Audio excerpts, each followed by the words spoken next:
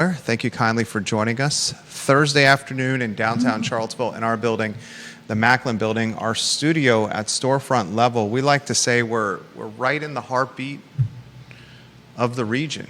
I mean, we're at storefront level next to the police department, across from Court Square, a block off the downtown mall, right next to the finance firms and the hedge funds. 2 blocks, you think, from City Hall, J-Dubs? 2 blocks from City Hall? Yeah, give or take. Literally the heartbeat. And there's few things I like, ladies and gentlemen, than from my vantage point here, just watching the world go by in downtown Charlottesville. We see folks from all walks of life. From the clapping man, the houseless guy that's the clapping man that's clapping hysterically while walking down the downtown mall, to the guy that's carrying the cane or the staff while walking down the downtown mall, to the guy slamming the bucket looking for donations, for making music while banging a Lowe's bucket while people are trying to enjoy a $100 meal in downtown Charlottesville. All walks of life, to the C-suite, the judges, the bankers, the lawyers, and we just have our little perch and we like to talk about it, what we see on the program. Today's show embodies those qualities. I'm going to ask you some important questions, folks. Explain to me, and I'll ask Judah this question, why the commercial tax base in Albemarle County has dropped, ladies and gentlemen, from 15% of Albemarle County's tax base in 2015 to just 11% in 2025.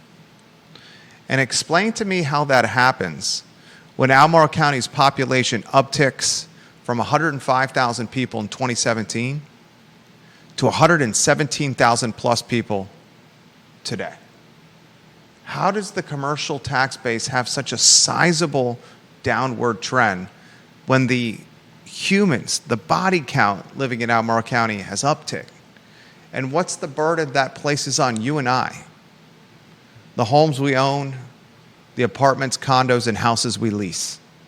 We'll unpack that conversation today on the water cooler of conversation and content in Charlottesville and Central Virginia, the I Love CVille Show. We'll talk on today's program.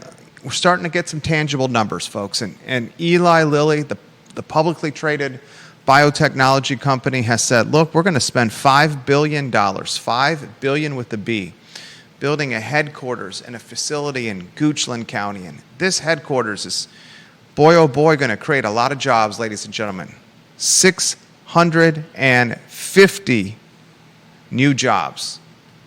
Remember, AstraZeneca is also building a multi-billion-dollar facility in the area, another biotechnology publicly traded company. They're going to spend at least what Eli Lilly's doing, but they're going to do theirs in Albemarle County.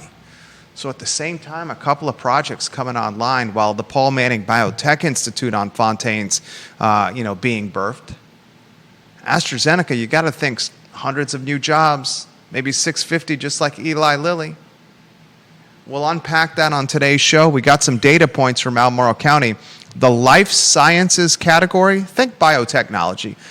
Albemarle County calls it life sciences. The life sciences category generated $269 million in revenue for Albemarle County in 2024. $269 million. Boy, oh boy, is that number going to uptick, Judah, with this Paul Manning Institute and AstraZeneca and Eli Lilly coming online. And you already got the executive director of the Paul Manning Biotech Institute. He used to be a vice president at AstraZeneca, and he's already literally using his megaphone and his platform, the credibility that goes with the executive director title, saying there's going to be a boatload of new businesses that are riding the supply chain and the coattails of what we're doing here, and they're going to call this area home. So today's program is this Venn diagram, this dynamic of tax base and incremental revenue and job creation in this coveted community we live within called Albemarle County, where people want to move to and they want to invest billions of dollars and create new jobs because they see what we see, quality of life, places to raise kids, to start businesses, to have generational impacts. We'll talk about that on today's program. And goodness gracious, I have to highlight tomorrow's football game, don't I? Florida State hits Scott Stadium. That line holding steady right now at 6.5. Remember, on Monday, Florida State was a 7.5-point favorite. It's 6.5 right now. So the betting public sees a real close ball game here, folks. You got the Seminoles, a top 10 team in the nation, against an upstart UVA team that's got one of the most prolific offenses in not just the country, not just the conference, but the country, folks. This is as significant a football game we've seen in Scott Stadium, and goodness gracious, a generation? Maybe more? We'll talk about that on today's program. We'll highlight your comments on today's program. We love to welcome new partner, Oak Valley Custom Hardscapes, to the show, Judah.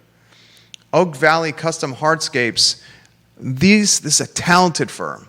Custom hardscapes, outdoor living spaces. Oak Valley Custom Hardscapes offers custom design to fit any landscape and purpose. No matter how complex your hardscape installation may be, Oak Valley Custom Hardscapes can deliver a beautiful custom outdoor living space for you to enjoy. Oak Valley Custom Hardscapes has a beautiful office on the downtown mall in the former Wells Fargo building at storefront level in downtown Charlottesville. We help them find that office space. And this company, Oak Valley Custom Hardscapes, is going to penetrate this Charlottesville and Albemarle County and Central Virginia market with talented, trustworthy craftsmanship. Oak Valley Custom Hardscapes. Judah Wickower, studio camera, please. My friend, I would love to weave you in on a two-shot, and I can't say how much I enjoy sitting next to you. We don't always agree. We often disagree. I love to verbally spar. Sometimes I don't think you do, but I certainly do. But when it's all said and done, we talk about a community we love. And every day, we talk content for this show. Your valued and trusted opinion. You heard it this morning with the folks that were in our studio. Which storyline today most intrigues you and why? I guess I'd got to go with the decline in commercial tax in Albemarle. That's pretty stark, 15% to 11% in the last 10 years, and as you mentioned, we've got a increasing population, so it's curious that we're more people, less commercial going on. That could be a problem. I mean, we're as we've been talking about recently, Charlottesville is looking to potentially raise taxes yet again. And could we see the same thing coming from Albemarle County soon? I had a conversation via this show and the network with Don Gathers, a noteworthy activist in Charlottesville. Been on our show a few times. Don Gathers has joined us on the I Love CVille show in the past twice. Don Gathers, in the comment section of this show on Tuesday, and he spoke against the houseless and homeless ordinance that was recently presented before City Council. And I'm paraphrasing his words, but I think Don Gathers would agree with what I have to say. He called the homeless ordinance that Chief Kochis presented to Council on behalf of Council. Council asked him to do this. Mm-hmm. He called that homeless ordinance deplorable, disgusting, downright demoralizing to human well-being. I'm paraphrasing Don's words a little bit. And Don said that this city council in the comment section was nothing like the city council led by Nakia Walker, who goodness gracious, took Charlottesville to a deep, dark place. Nakia Walker did. A deep, dark place, her leadership. He said it's nothing like it. And to a certain extent, I agree with Don Gathers, the activist, that it's not the headline capturing leadership where Nakia Walker used rape allegory poetry for her comparison of the city, where constantly there was beefs and brouhahas in council chambers, where she was linked to credit card payments on a city credit card, compensating speakers who spoke before council in the public portion, she was linked to that. It may not be the headline capturing of the Kyle Walker era, but it's certainly one that has offered questionable leadership tendency. And I've let you know on this platform that you should expect your real estate taxes in the city to uptick. We've based that on sales tax collections being down, meals tax collections being down, values of homes being down. We've based that on tourism traffic down. A number of key performance indicators suggest the city, if it wants to operate under its current budget limitations, or its current budgetary levels, is going to have to raise taxes somewhere.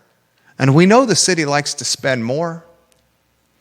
So I respectfully push back on Mr. Gathers and said, I agree with you, while it's not the headline capturing like the Nakaya Walker era, it's certainly one that has commonalities with leadership and policy decision making and leaving the city in a questionable position. And I look at what's happening in Albemarle County, and I'm going to weave you in. I know you want to make a point. I'm going to weave you in here. In Albemarle County, over a 10-year period, the commercial base, according to the Albemarle County executive, Jeff Richardson, has fallen from 11% in 2015, Judah. No, 15% in 2015 to 11% in 2025. Mm-hmm. The commercial base has dropped 4 points in a 10-year period of time. Jeff Richardson said, when we look at our peer jurisdictions in the Commonwealth of Virginia, you'd like to see an 80-20 split. 20% of the tax base tied to the commercial sector, 80% of the tax base tied to the residential sector. Yeah. Taxes on rooftops, the homes we own, right? Mm-hmm. Albemarle County's got 89% of the tax base that funds the yearly budget tied to the homes we own.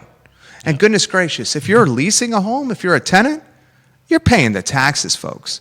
Don't think just because you're paying monthly rent instead of a monthly mortgage that this doesn't impact you. I'm a landlord, 24 doors in our portfolio. Taxes paid by tenants, passed down to tenants. 5% escalator, triple net lease, whatever you want to call it. Tenants are paying the taxes. So in Albemarle County, our tax base is split with 89% on homes, on rooftops, residential rooftops, 11% in the commercial corridor.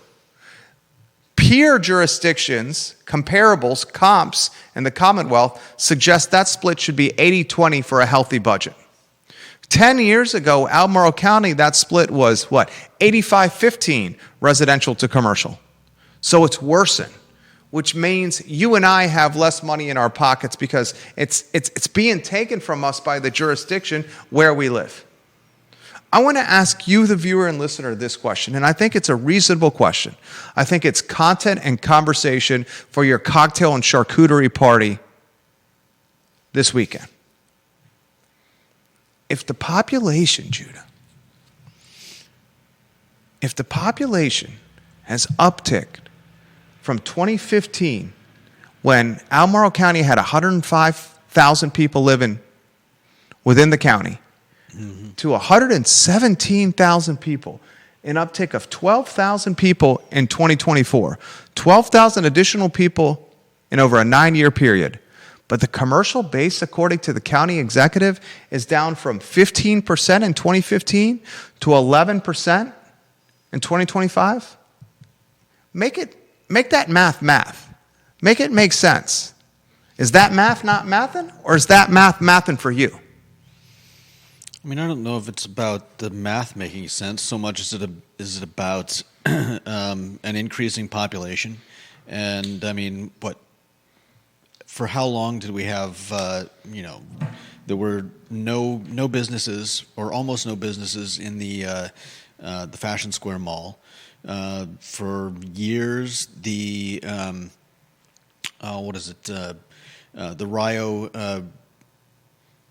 Rio Shopping Center, where Outback Steakhouse currently resides, that's a lot of that has been empty. So if you're not doing anything to promote business growth in your county, then this is what happens. You end up going from an already low 15% commercial tax burden to 11%, which means that the word burden means the burden is actually on us, increasingly. Viewers and listeners, your thoughts. John Blair, I'm going to get to your comments in a matter of moments. Conan Owen, I'll get to your comments in a matter of moments. Deep Throat, I'm going to get to your comments in a matter of moments. Print, radio, and television that's watching this program, you should do a deep dive on this. You should pick up the phone and call the county executive, Jeff Richardson, about this. Viewers and listeners, Fred Missel works for the UVA Foundation. Scott Smith, a retired businessman, they're running in the Samuel Miller District for the Albemarle County Board of Supervisors empty seat. Mm-hmm. Jim Andrews is retiring, not going to run again.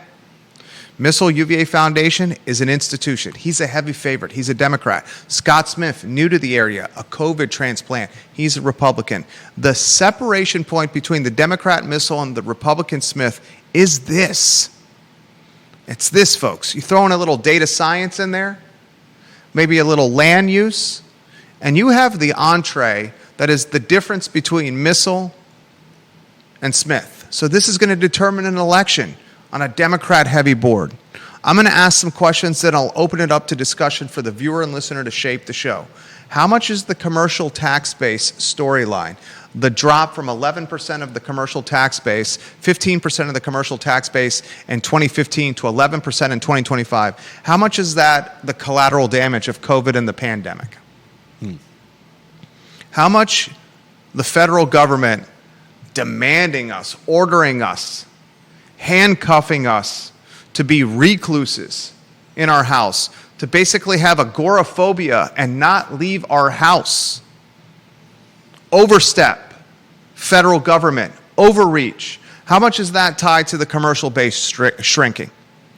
How much of the commercial base shrinking is tied to innovation, technology, artificial intelligence, and this ubiquitous, robust world we live in where screens and ChatGPT and artificial intelligence are now shaping the professional landscape, where businesses now don't have to be tied to a physical address or hang their shingle at a precise location, their business license at a precise location, because we're now digital nomads that are able to work remotely from our phones with ChatGPT to do whatever we want, work wherever we want, anytime we want, and drive revenue. And how much is Albemarle County missing because of this digital nomadic ecosystem we find ourselves living and breathing and existing within?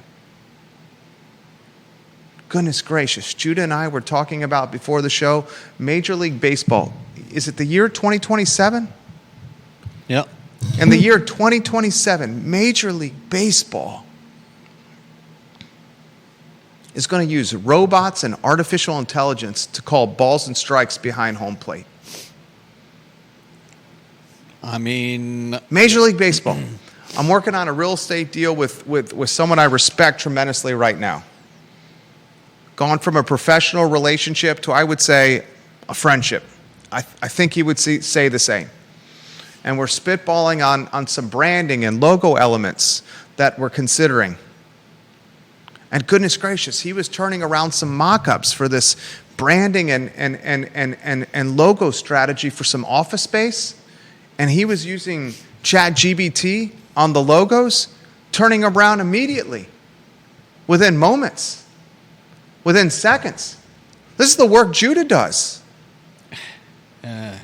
You know, it's funny you're talking The about... mock-up that we're utilizing is a mock-up created by artificial intelligence that created a mock-up, said this is the font size. Oh, Judah, It didn't give you a font. We It are- didn't give you a font. we are in the first inning of this.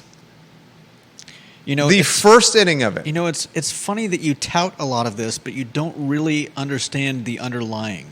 Oh, please make your point here. Well, I'm very excited to respond and counter your point. okay. What a lot of people don't understand is that it is a tool.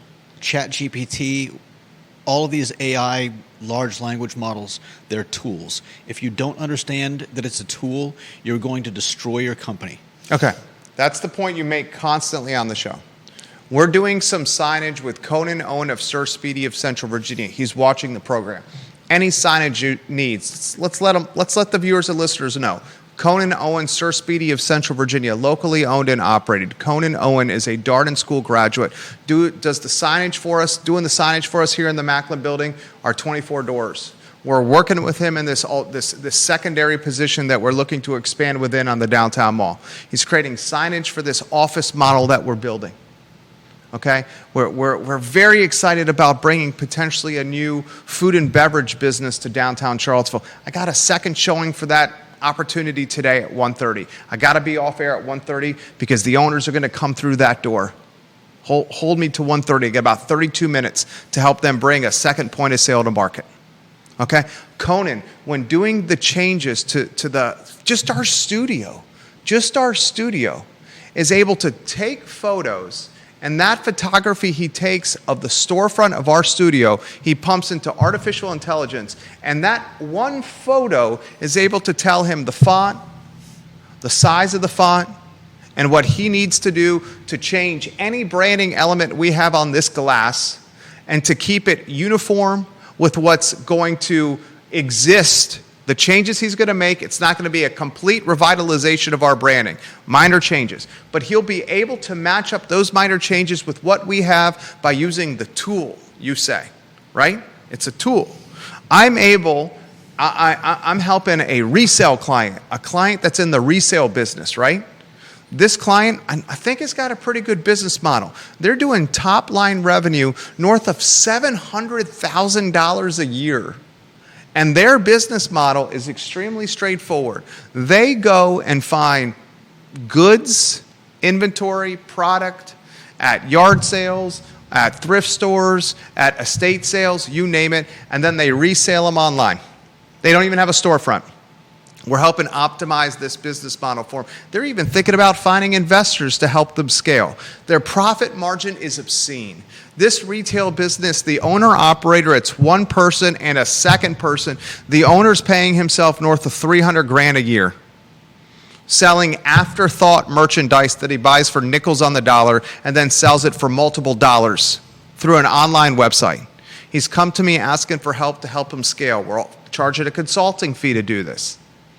He uses his phone, artificial intelligence, to take a picture of what he thinks is valuable.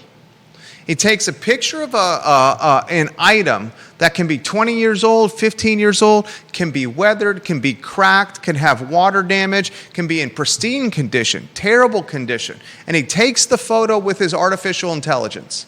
And that photo that he takes then gives him a list of the last 50 sales tied to the product type, by model number, by SKU number, by brand, where they were sold, eBay, Facebook Marketplace, any platform they were sold upon, and then it's able to say this is what you should price it at based on the condition it is. And he utilizes this artificial intelligence to build a reselling business. Now, Judah's point is correct. We're at the first inning, pun intended, of artificial intelligence. But goodness gracious, in 2027, which puts us in the third inning, pun intended, Major League Baseball is going to have artificial intelligence calling balls and strikes. In the year 2027, there's going to be artificial intelligence standing behind a catcher and baseball stadiums all over the world, all over the country. And this catcher is going to be able to determine if a 102-mile-an-hour fastball is between shoulder height or knee height in a strike zone instantaneously. In an industry that is not millions, hundreds of millions, but multi-billions in revenue each year. Are we in the first inning of artificial intelligence? Yes. Is the technology innovating to the point it's replacing humans? Absolutely. We just gave you an example. Umpires, Major League Baseball, artificial intelligence, no human error. If Major League Baseball is considering that, if the Golden Arches is considering that with cashiers and kiosks, How's that going to impact the creatives of the world? How's it going to impact the middle management of the world? And what's the impact it has on Albemarle County and its commercial tax base?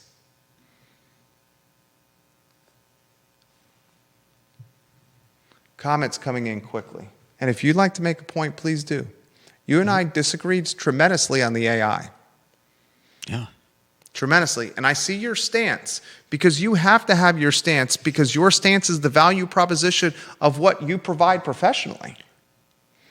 No. I mean, so you're saying my stance is based on not wanting to lose my job? Your stance is based on the val prop of what you do professionally, yes. That's because you don't listen. Go ahead. We're listening to learn. Well, you haven't been. But look, when you pass off in this case, Meta AI, it is a wonderful tool. It helps you find a mock-up that you really like. The problem is, it did not give you a font. In fact, there were no fonts involved. All it's doing is creating the approximation of fonts that it's seen.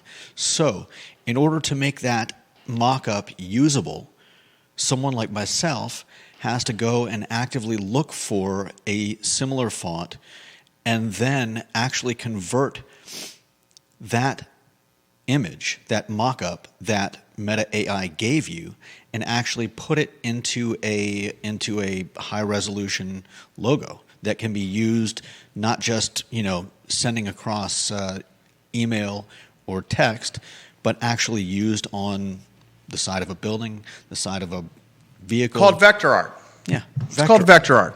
We know print quality artwork, high resolution enough that someone like Conan Owen can bring it to market for signage on own an advertising agency. How long would it have taken us to come up with the mock-up that we ended up settling as the signage for the company? Right. How long would it have taken us? Depends on how long it took you to be happy.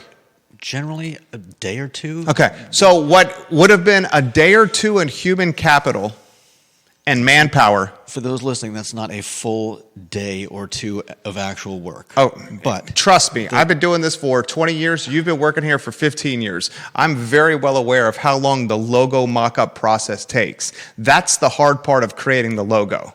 Yeah. Once the mock-up has been selected, the vector art and executing the mock-up and bringing it to market is the easy peasy part. Why we're paid $2.95 an hour is to find a mock-up and make it a final product. Right? That's the whole reason we're paid a consulting fee. We had a 2-day process. Okay, you always think it's less. I always think it's more. Sometimes I think it's less. Sometimes you think it's more. It's the song and dance between the employer and the employee. It's always going to be somewhere in the middle. Regardless, we did something in 3 minutes that otherwise would have taken us at least 10 plus hours of manpower, if not more. Because it's not just you and the team, it's also me directing the pace and tempo of where we're going. Those are facts that no one can argue with. And that's in the first inning of AI. The literal first inning of what we're in. The kiosk at the Golden Arches at the base of Pantops on Freebridge was the first inning. Major League Baseball 2027, the umpire that's a robot and AI behind the plate, maybe you call that the third inning. So you're looking forward to the third inning? No, I'm not looking forward to any of this. I'm saying part of the reason the tax base has shrunk in Albemarle County is the collateral damage of COVID, the fact that we were told to stay at home, so that changed human behavior and shopping and dining patterns, which shrunk the commercial base. That debilitated, if not crippled, retail storefronts, Fashion Square Mall, Seminole Square, Albemarle Square, Rio Hill, perfect examples on the Route 29 corridor, damn near devastated because of the pandemic and shoppers choosing to order online from big box retailers, Target, Walmart, and Amazon, and not patronize brick and mortar in person. One of the reasons we've seen is it Seminole Square or Albemarle Square turning into an experiential destination with CVille Smash, with Dr. Halpert's Coco's Adventure Central, with Brent Lillard's Jiu-Jitsu studio. Otherwise, those were retail spots. Then we saw technology boom during that period of time. And we saw consumer behavior never return to what it was before COVID. This is all collateral damage pandemic. And now the county is saying, we can't make up this tax base. Comics coming in. How about number one in the family, Deep Throat?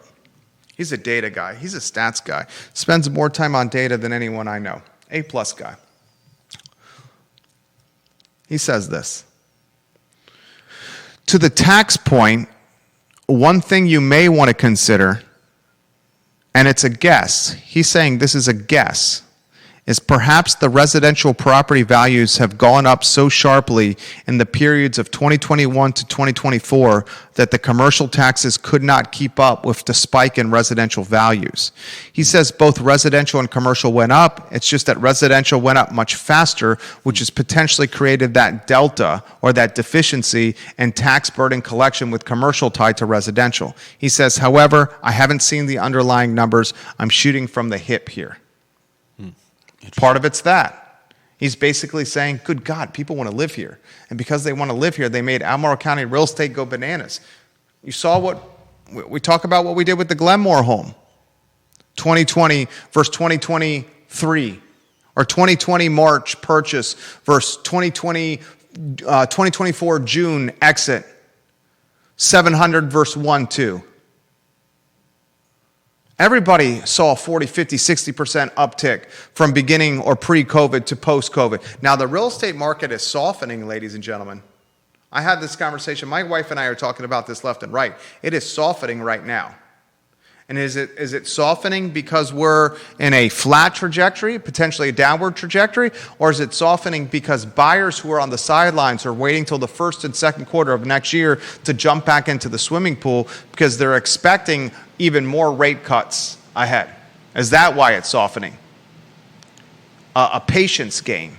Or is it softening because we may be in a market of a flat or declining prices? I think it's buyers are being patient to see what the interest rate environment it looks like in the first quarter or the second quarter next year. That's my take. John Blair, this guy knows the game. This guy knows Albemarle County, the city of Charlottesville and Central Virginia, like, Judah, fill in the blank. Like what? Like the Pope knows prayer? Man, that's my simile. The Pope knows holy water. I say it all the time. You got to come up with your own there. Like Judah knows denim. Like Jerry knows rowback. Like our son knows maniac behavior. Like my wife knows yoga. Like downtown Charlottesville knows the homeless. Like Citizen Burger Bar knows burgers. John Blair says, I think the relevant question is this. Can you find a locality comparable to Albemarle County in which residential composes less than 25% of local tax revenue? How about less than 20%? How much of Albemarle's decline from 15% to 11% is subtraction from the commercial industrial sector versus a quicker appreciation in residential assessments? That's what Deep Throat's saying. Yeah. The two best comparables for Albemarle are Rockingham and Montgomery counties. They have major state universities. They have a high quality of life like Albemarle. They have similar land use policies. What are their numbers showing in terms of residential versus commercial and industrial? I don't have those numbers, John. I'd love to have those numbers. He also says this, I'm curious because there are only two peer jurisdictions in Albemarle and Virginia, Rockingham and Montgomery. It's absurd to compare Albemarle to places like Roanoke or Hanover County. Those places don't have the same demographic, wealth levels, land use policies, etc. Make sure you're rotating lower thirds on screen as well, if you can, please. Curtis Shaver. To Judah's point, and Judah has an H, my friend Curtis Shaver. Discraft, a major disc golf manufacturer, just got in hot water for releasing a disc stamp that was AI generated. The person on the stamp had extra fingers and no one checked it. James Watson, watching the program, UVA graduate. He says, I think we can all agree we've seen retail and restaurant sectors tend to sputter in Charlottesville in the last decade, but I am hopeful that all these biotech jobs will provide more potential consumers to make new businesses more prosperous. I've learned over the years in Charlottesville that you can't depend on students to really keep a business vibrant for the most part, but you have to have working adults that have consistent income, so hopefully the biotech and some other investments in the region will turn the tide. James Watson also said, Judah, wait until they install artificial intelligence robots to determine whether or not a running back has made a first down in football. Coden Owen says, his photo on screen, the tax loss based on the empty balls, Albemarle Square, Seminole Square, Rio Hill, even Holly Mead has lots of vacancies. Goodness gracious, how long did Fashion Square Mall sit empty? How about the vacancies in Stonefield? Has the Trevinia space been filled yet? At one time, Trevinia was spending nearly $30,000 a month to rent the sexiest restaurant maybe in Albemarle County next to the movie theater with the outdoor fire pits and the huge dining room and the sexy indoor-outdoor bar. Nearly $30,000 a month. Trevinia, Judah, still vacant. Still vacant. Who's been to Emmy Squared Pizza in Barracks Road Shopping Center? Anyone? My brother-in-law and my sister-in-law, for my birthday this past August, got us I think it was $100 gift card to Emmy Square. My wife and I went to Emmy Squared Pizza. We got a pepperoni pizza, a cheeseburger, and 2 beers.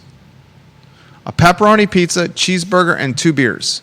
What do you think the bill was, Judah Wickower? 1 pizza, 1 burger, and 2 beers. She got a beer, I got a beer. We got a pepperoni pizza and a cheeseburger. Our boys, our almost 3-year-old and our 7-year-old got glasses of water. They ate the cheeseburger. My wife and I had a little bit, they ate the pizza. Our boys ate the pizza. My wife and I split the cheeseburger and had a small slice of pizza. What do you think the bill was for Emmy Squared and Barracks Road Shopping Center? I'd guess $45 before tax.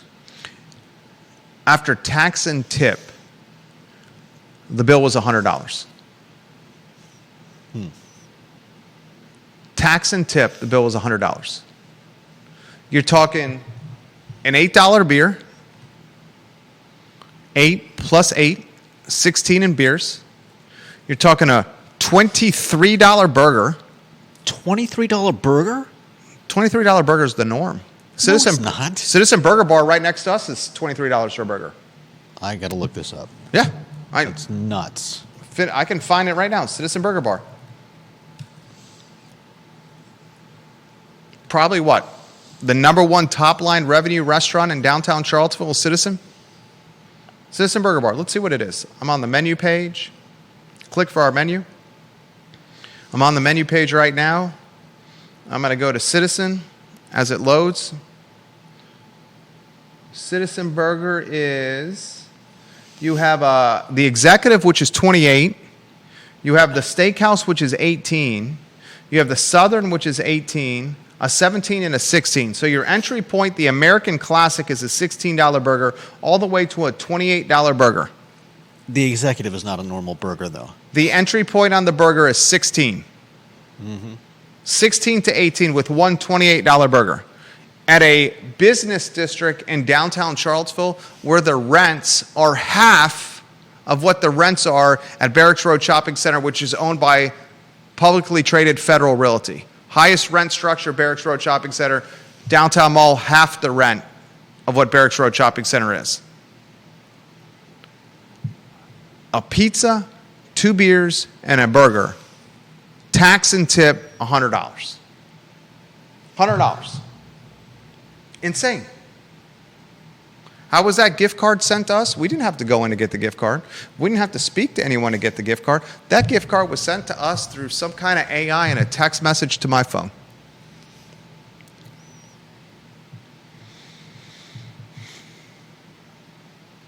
Vanessa Parkhill, that Trevinia space is still vacant. Yes, ma'am, it is. Of Earlysville. Janice Boyce Trevelyan, I have seen the Will Smith movies. She says no good could come from the artificial intelligence. There's no doubt in my mind about that. Will Smith movies? She's talking about when the technology takes over the world.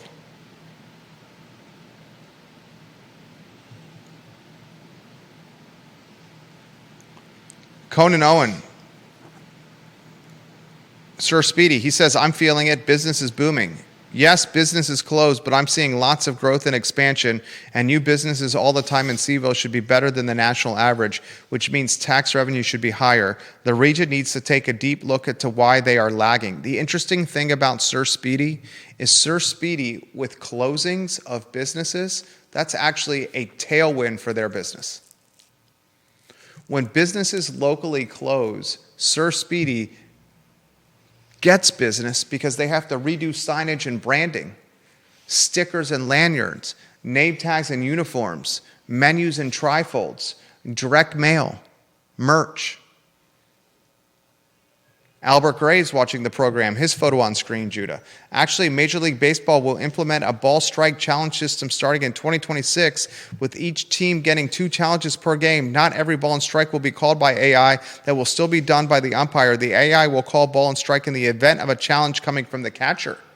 Read what you mentioned, Judah, in 2027 with the artificial intelligence. Read what you brought up to us in 2027 with the artificial intelligence. You're talking and about Major League Baseball. Let's see. You've got the. Hold on. Let me find the article.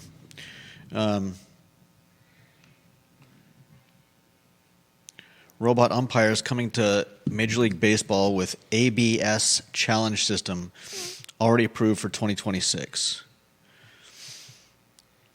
Major League Baseball, which has ventured out of its comfort zone the past few years, implementing pitch clocks, ghost runners, enlarged bases, and a universal designated hitter, now is taking the next huge step in the world of modern technology. MLB is adopting an automated strike zone challenge system that will go into effect for the 2026 season.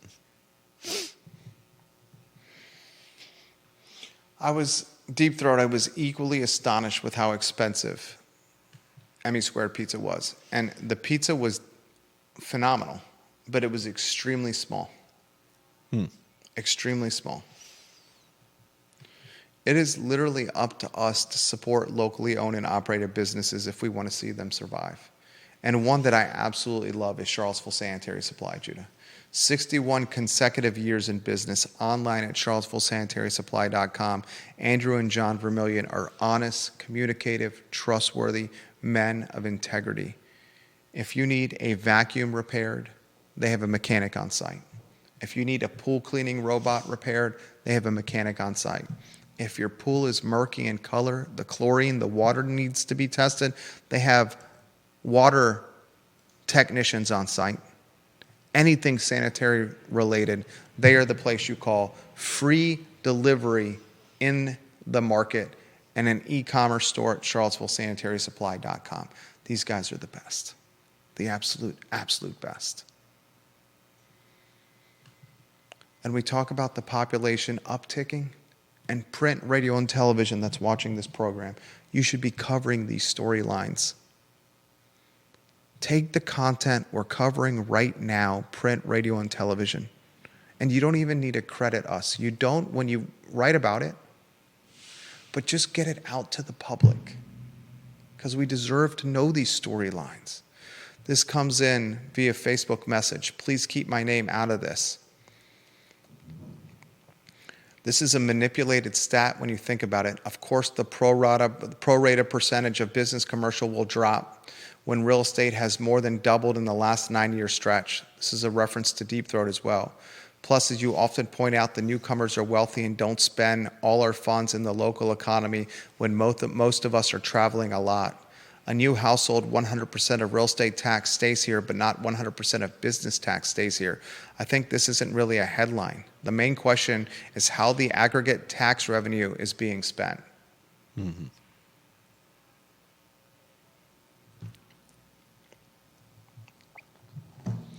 Eli Lilly, that headline on screen, $5 billion in Goochland County, 650 new jobs to the area.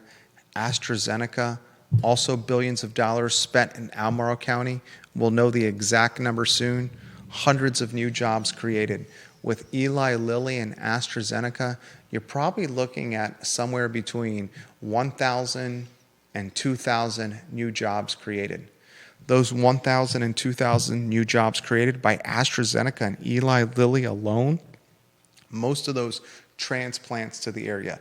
Work the studio camera in if you can so they can see some fantastic branding on screen. That 1,000 to 2,000 new jobs, these are new to the area folks that do not have the same ties to our community. I've been here 25 years. How long have you been here, Judah? On and off. Not too different from that, around 25. 25 years I've been here. The commitment to local, goodness gracious, it's what we stand for. Is that same commitment going to be present with 2,000 incremental people, all, well-paid jobs, most of them at well-paid jobs? Only time will tell. Or are those transplants to the area have the shopping and human behavior tied to doorstop delivery and Fortune 50 companies? Only time will tell. And I'll close with this because I got a client coming in T-minus 4.5 minutes. And I want to roll out the red carpet for her.